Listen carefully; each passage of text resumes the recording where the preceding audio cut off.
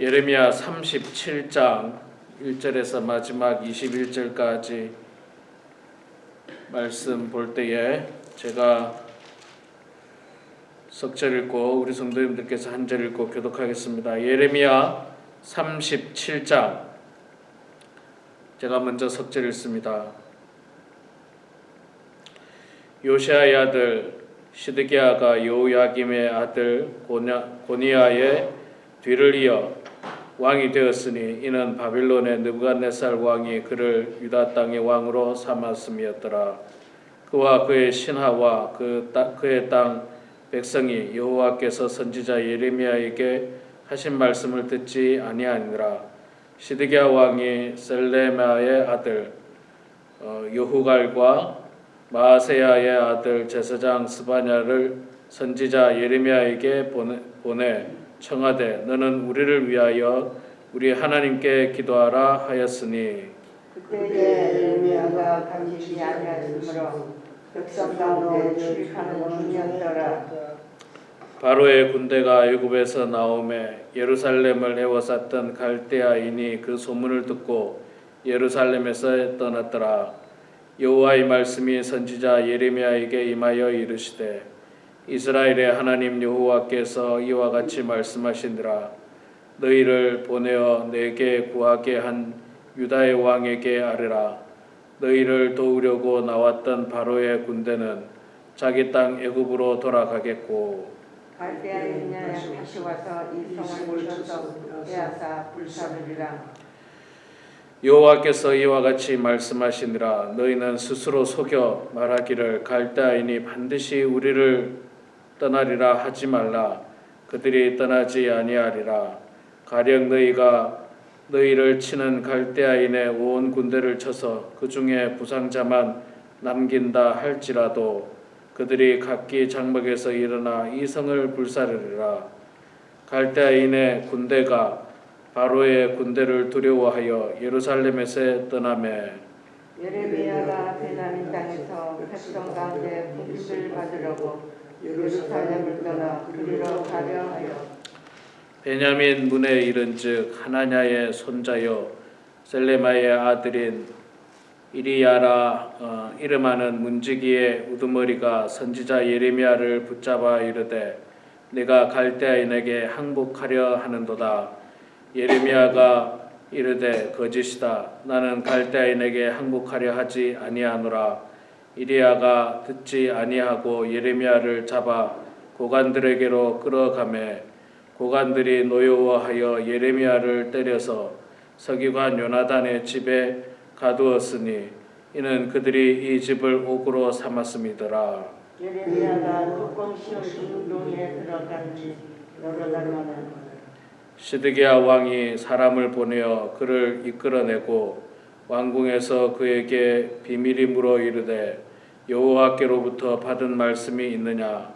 예레미야가 대답하되 있나이다. 또 이르되 왕이 바빌론 왕의 손에 넘겨지리이다. 예레미야가 다시 시드기야 왕에게 이르되 내가 왕에게나 왕의 신하에게나 이 백성에게 무슨 죄를 범하였기에 나를 옥에 가두었나이까. 바벨론의 왕이 와서 왕과 이 땅을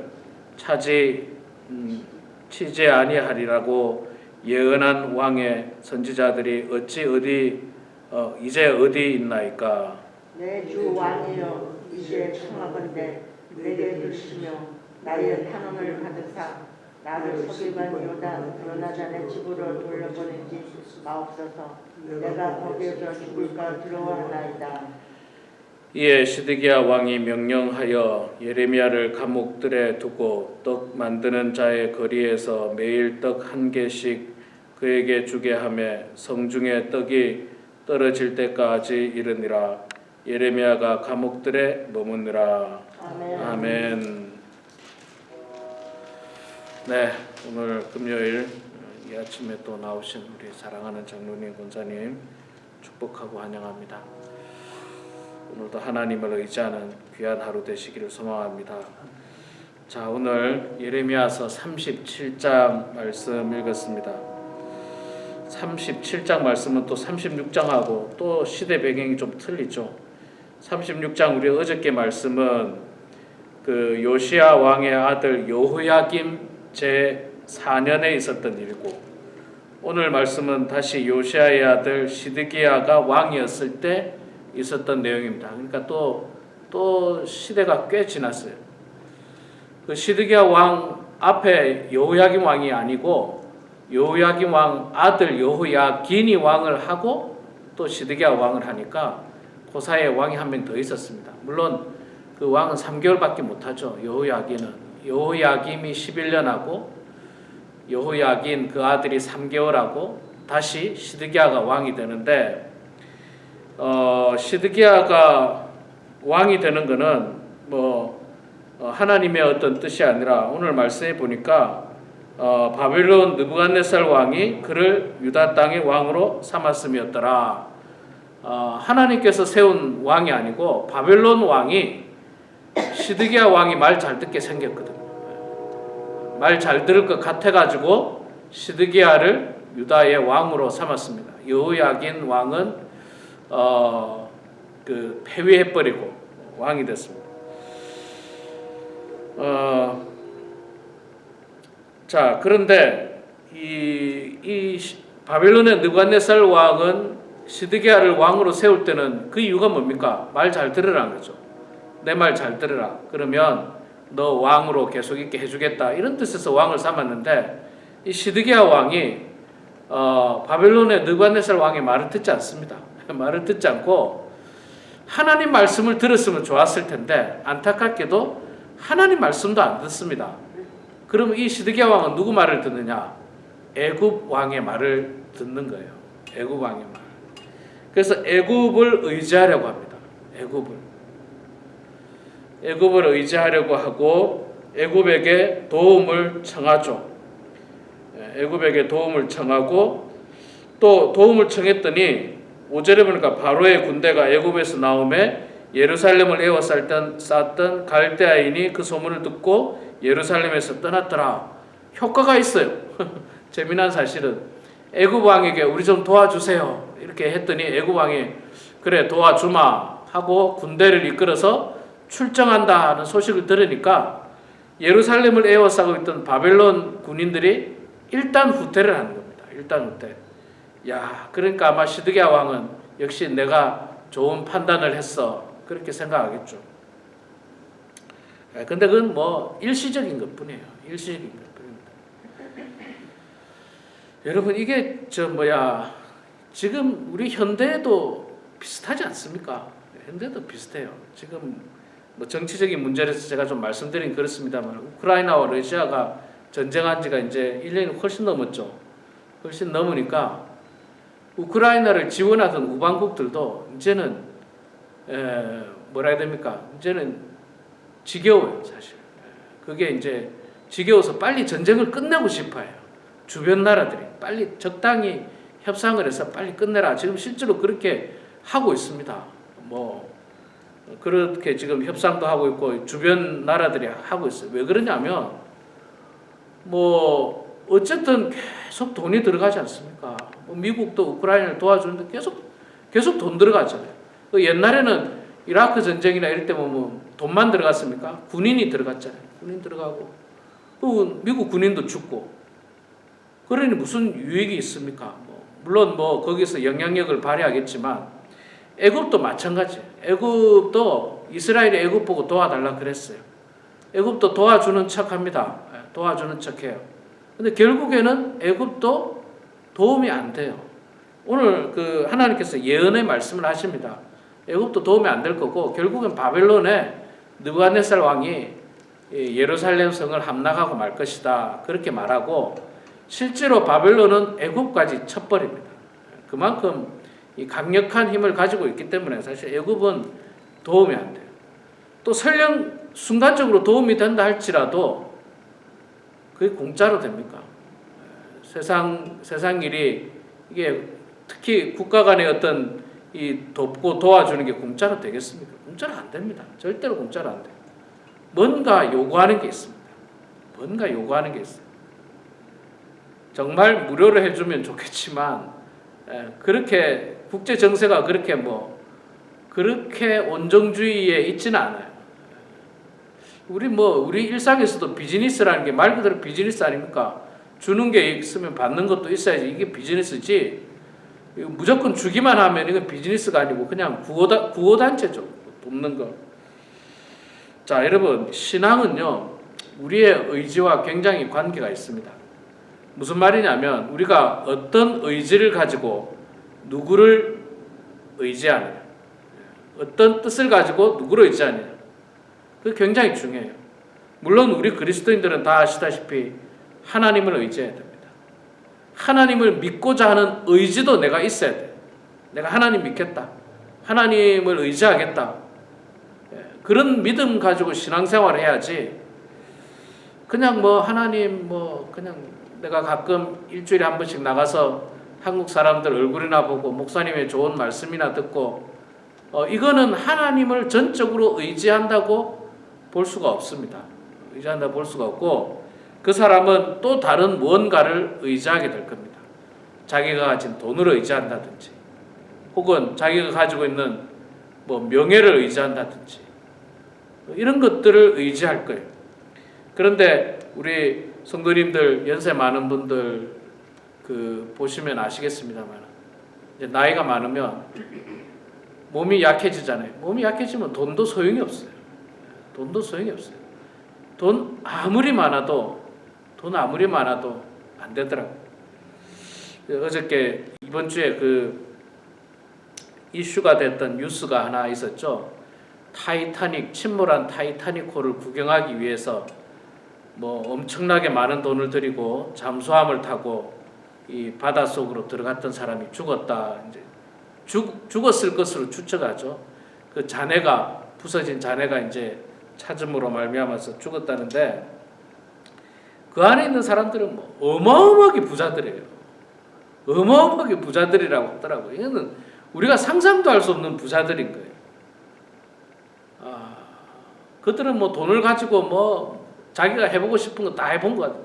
우주도 가보고 거기 관광했던 사람은 우주를 관광하기도 하고 물속에 침몰한 타이타닉을 관광하려다가 결국은 아마 큰 사고를 당한 것 같은데 이게 우리의 생명도 그렇고 우리의 건강도 그렇고 돈으로 잘 해결이 안 됩니다.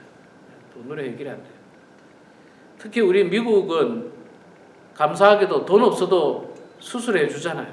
돈 없어도 수술도 해주고 돈 없어도 어떻게 하든지 그러니까 돈이 중요하지 않더라고요.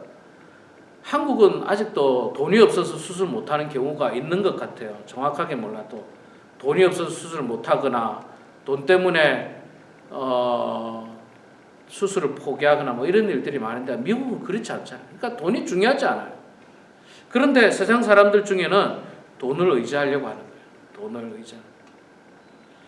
여러분, 우리가 사랑하는 배우자를 의지하면서 서로 살아오는 것 맞습니다.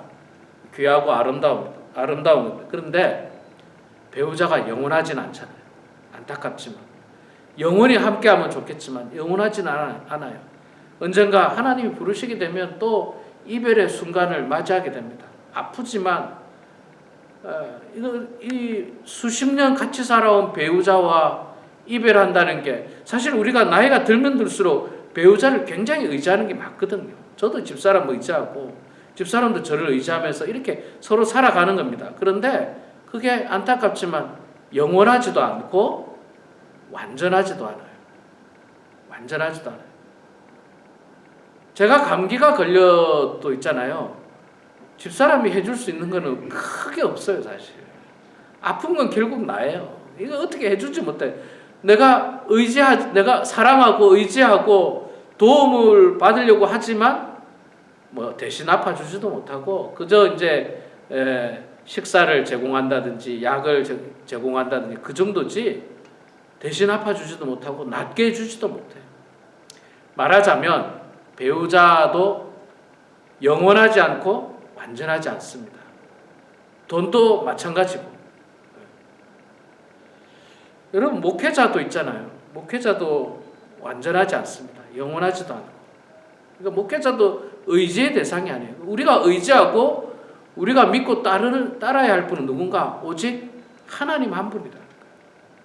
강력한 애굽도 아니고 많은 돈도 아니고 영원할 것 같은 배우자도 아니라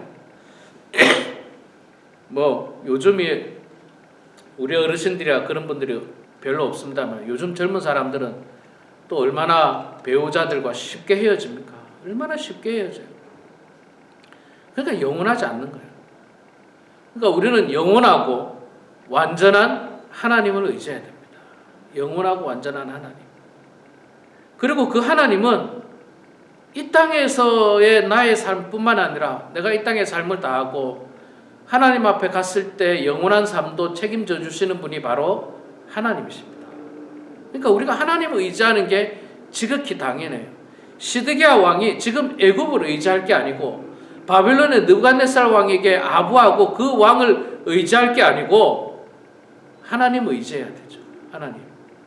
하나님을 의지해야 되는데 자꾸 하나님 말씀 안 듣고 예레미야 선지자가 하나님 말씀을 전하면은 듣기 싫다 하고 감옥에 가두고 무슨 어디 멀리 보내버리고 또 사람들이 잡아다가 또 감옥에 가두고 뭐 이런 일들이 계속 반복되고 있어요.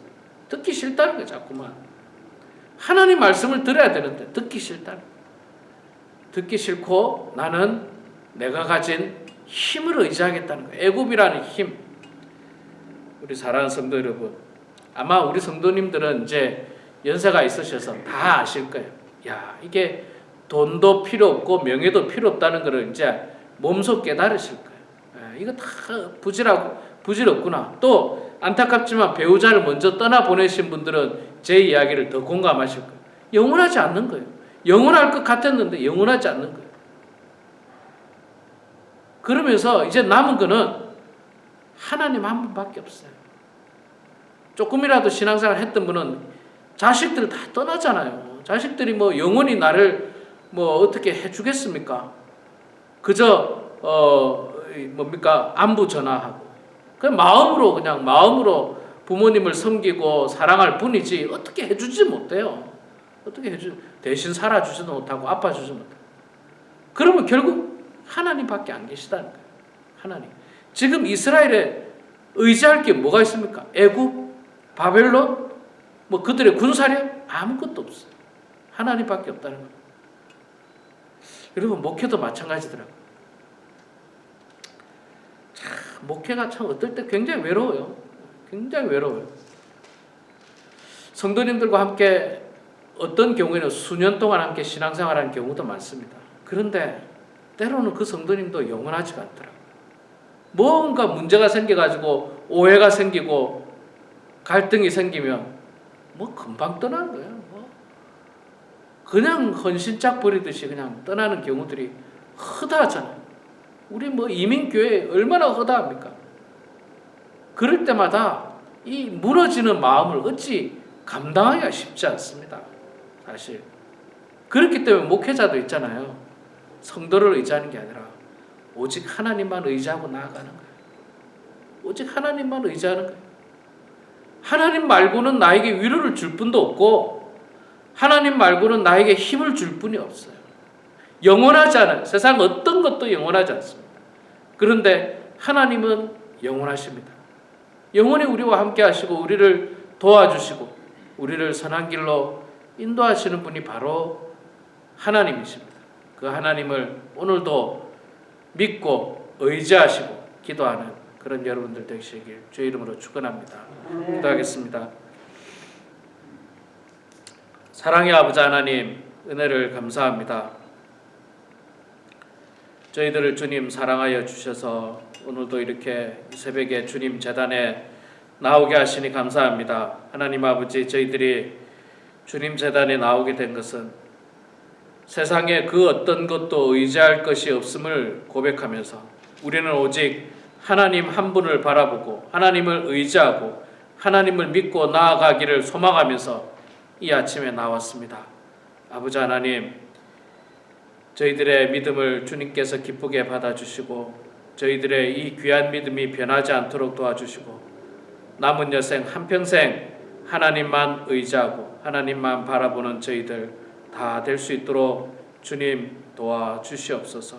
아버지 하나님, 이스라엘 백성들은 힘 있는 애굽을 의지했습니다. 순간적으로 애굽이 능력이 있는 것처럼 보였고 도움이 되는 것처럼 보였지만, 그러나 하나님은 애굽을 믿어서는 안 된다라고 말씀했고, 결국에는 바벨론에 의해서 나라가 멸망당한다고 하는 아프지만 또 안타깝지만 하나님의 말씀을 귀담아 들을 것을 명령했지만, 그러나 당시 이스라엘 백성들과 시드기야 왕은 그 말씀을 믿지 않았고 그 말씀을 증거하는 예레미야 선지자를 핍박하는 모습을 저희들이 보았습니다. 하나님 아버지, 우리 사랑하는 모든 성도들, 지금까지 살아오면서 과거에는 젊었을 때는 돈이 중요한 줄로 알았고 명예가 중요한 줄로 알았고 그것이 우리를 위로해 줄 줄 알았고 그것이 우리를 구원해 줄 줄 알았지만, 그러나 그 모든 것이 허무하다는 것을 깨닫고 그 모든 것이 능력이 없다는 것을 깨닫고 이제 영원하지도 않고 완전하지도 않은 세상적인 모든 것들 내려놓도록 도와주시고 영원하며 완전하신 하나님만을 바라보고 하나님만을 의지하며 오늘도 신앙생활하며 나아가는 성도들 다 되게 하여 주시옵소서. 세상 욕심 가운데 빠지지 않도록 도와주시고 의미 없는 것들을 붙잡으려고 애쓰는 어리석음을 범하지 않도록 하나님 도와주시고 늘 주님 바라보고 주님 의지하고 하나님 말씀 가운데 우리의 마음을 다듬어가는 저희들 다 될 수 있도록 하나님 도와주시옵소서. 이 시간에도 각자의 삶의 자리에서 기도합니다. 우리의 기도를 들어주시고 주님 응답하여 주셔서 하나님의 뜻 가운데 모든 일들이 이루어지게 하여 주시옵소서. 감사드리며 예수님의 이름으로 기도드리옵나이다. 아멘.